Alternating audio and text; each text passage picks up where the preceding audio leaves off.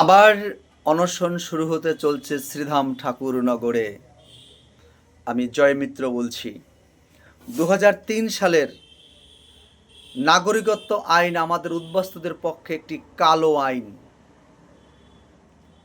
বিলের বিজ্ঞপ্তি প্রকাশ হওয়ার পর থেকেই বামনগাছি উত্তর 24 পরগনার স্বনামধন্য উকিল প্রয়াত রত্নেশ্বর সরকার মহাশয় এবং স্বনামধন্য সাহিত্যিক বিশিষ্ট মতুয়া গবেষক লেখক কপিল কৃষ্ণ ঠাকুরের উদ্যোগে হ্যান্ডবিল ছাপিয়ে প্রতিবাদ শুরু করেন। এতে সারা দিয়ে অসংখ্য মানুষ এই কালো নাগরিক আইনের বিরুদ্ধে শ্রীধাম ঠাকুরনগর এসে অনশন শুরু করেন।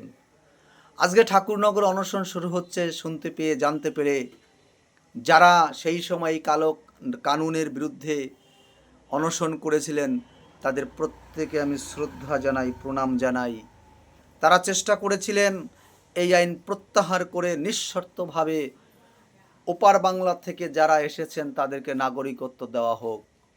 কিন্তু এখন যা হচ্ছে, এসআইআর তো হচ্ছে, মৃত ভোটার বাদ যাবে, 18 বছর যাদের বয়স হবে তাদেরকে সংযোজন হবে, কিন্তু সুকৌশলে বিশেষ করে ওপার বাংলা আমাদের মানুষগুলোর নাম বাদ যাচ্ছে। এর প্রতিবাদে আবার অনশন শুরু হচ্ছে। সেই সময় যারা অনশন করেছিলেন আমি তাদেরকে স্মরণ করছি। 2004 অনশন করেছিলেন 1 পাগল সনাতন রায়, 2 মতুয়া মহাসংঘের সাধারণ সম্পাদক শ্রী গণপতি বিশ্বাস, 3 শ্রী সুকৃতি রঞ্জন মল্লিক, 4 শ্রী মৃত্যুঞ্জয় মল্লিক, 5 শ্রী তারক বৈরাগী,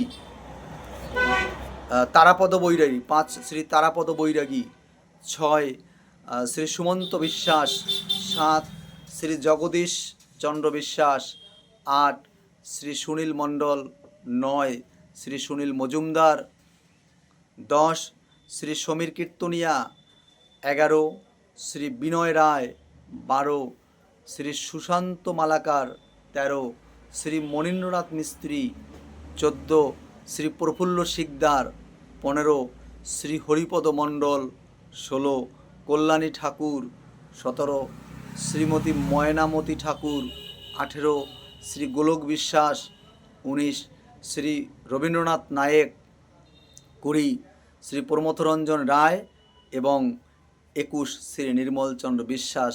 আমি তাদের শ্রীপাদপদে ভক্তিপূর্ণ প্রণাম জানাই। আসলে আমাদের সমাজের মানুষকে নিয়ে যে যখন পারছে সে তখন ফুটবল খেলছে।